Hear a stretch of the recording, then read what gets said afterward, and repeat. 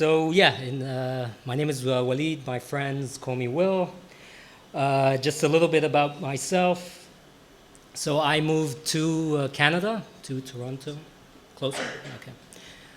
Moved to Canada, to Toronto from Cairo, Egypt, with my family. 4 winters ago. That's how we count time here.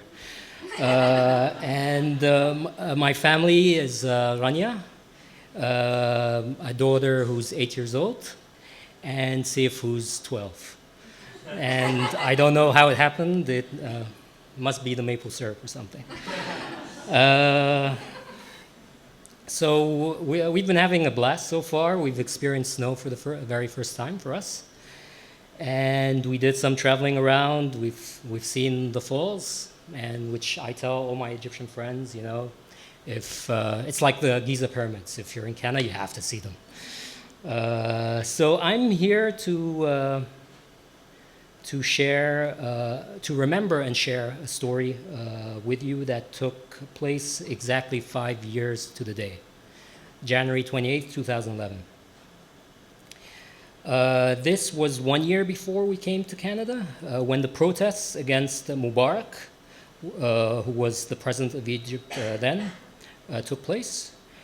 And the protests, if some of you remember, were started by people demanding social justice, better living standards, and freedom from a dictator. Before I start, the plan was for Rania and Saif to be here, but plans change since Saif was performing in the school today, so I'll be sharing the story by myself, and I'll, focus on what we wanted to share with you, which is a letter that Rania wrote to Saif a few days after January 28th, so that when he grows up, he'd remember the day. And before I start, the story is dedicated to everybody who's working for social justice and equality for your community. So. Dear Saif, being 7 years old now, you are witnessing a piece of history that you may forget about when you're older. I'm writing to you today about what you and I have seen and been through on January 28th, 2011. The day your dad decided to join the Day of Wrath protest.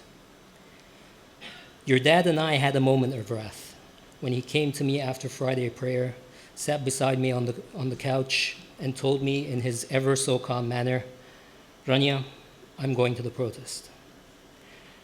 I flew off the handle. I told him that a day named the Day of Wrath meant it was certainly not going to be peaceful, that his primary duty was to protect his wife and children, that some people go to a protest and end up in the morgue, and that he can support the protest in any other way, that thousands of people were going to be there, and the demonstration didn't depend on him. I said all sorts of things, anything to keep him from going. He told me that he was going to do his duty as a father, and that meant speaking up to provide a better country for his children to live in. I shouted at him as he closed the door, "It is clear that your priority is not your family." He left. You called to me from my room and said,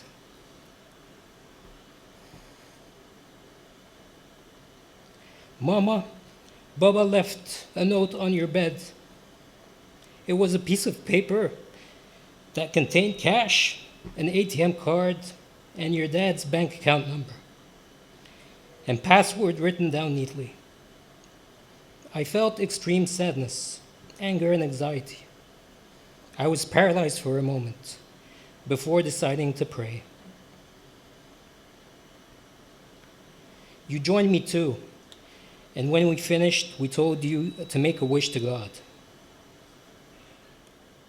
With our foreheads pressed to the ground, I heard soft footsteps behind me and turned around to find your dad kneeling down beside me. I didn't want to leave you without telling you that I love you. He said with tears welling up in his eyes,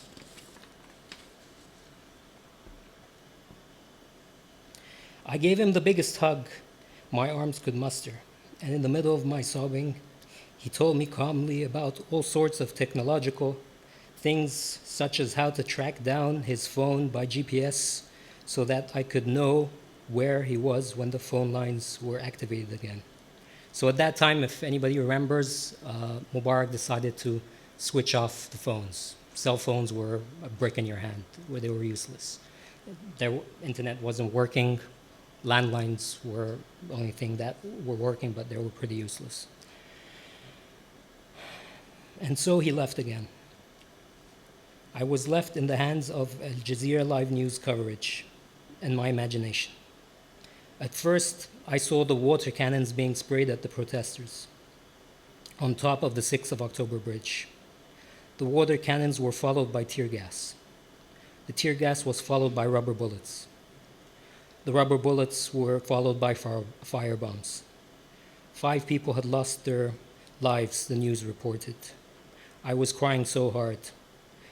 I had to sit a few inches away from the television to be able to see through my tears. When bloody images came up, I would scream to you, Saif, go draw me something, draw me anything, a dinosaur, anything. I didn't want to appear hysterical, but I was, and you knew it.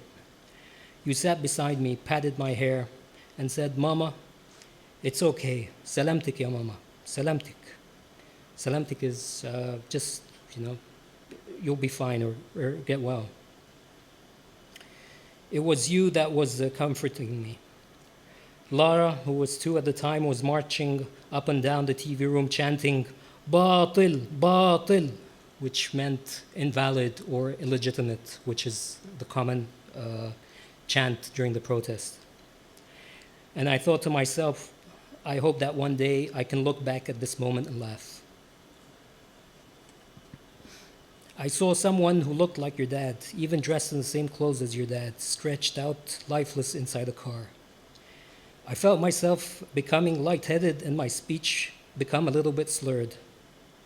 I wanted to call your dad to make sure he was safe, but the phone lines were purposefully cut. I sat even closer to the TV, waiting for the clip to come again, to verify it was your dad or not. All the other clips came except that one. My hysterical sobbing made you lose your cool, as you kept asking me, Mama, are you worried about Baba? Is Baba going to be okay? Hours later, 9:15 p.m., to be precise, the doorbell rang. You and I ran towards the door. I opened it, and as soon as I saw your father, I flung my arms around him and cried like I never cried in my life before. To get to us, your dad walked many, many kilometers on foot. He walked so much the soles of his feet were covered in blisters. He managed towards the end of his walk to hitch a ride in several different taxis and drivers who refused to charge any fare. Your father had been in the midst of all the tear gas, rubber bullets, fire bombs we had seen on TV. At that time, around 6 p.m., the police collapsed. They disappeared. You'd find police uniforms on the street. They'd just take off their clothes and run because they were too scared of the protesters. And a curfew was set by, at that time, Mubarak. And when curfew happens, people freak out because if you get caught, you don't know what's going to happen with you. I remember I had a flag with me in a bag. I threw everything. I tried to, blend in a curfew. The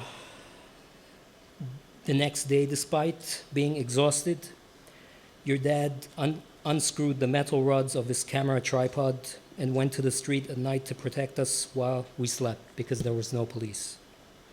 Gunshots were being fired all over the place, but thankfully, you were fast asleep. What I want to conclude is, although I disagreed with your dad about going to the protest, I know he did it for you. He did it for Lara, and he did it for the future of his country.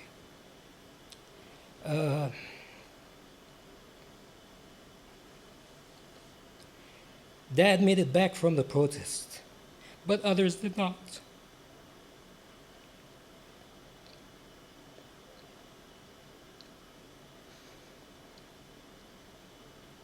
Most of them were youth safe. I can't see anymore.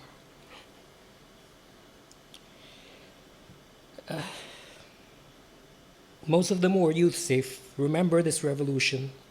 Remember the people who fought and died trying to achieve a better life. And remember that your dad was part of it, despite your mother's famous wrath. Be proud and dream big.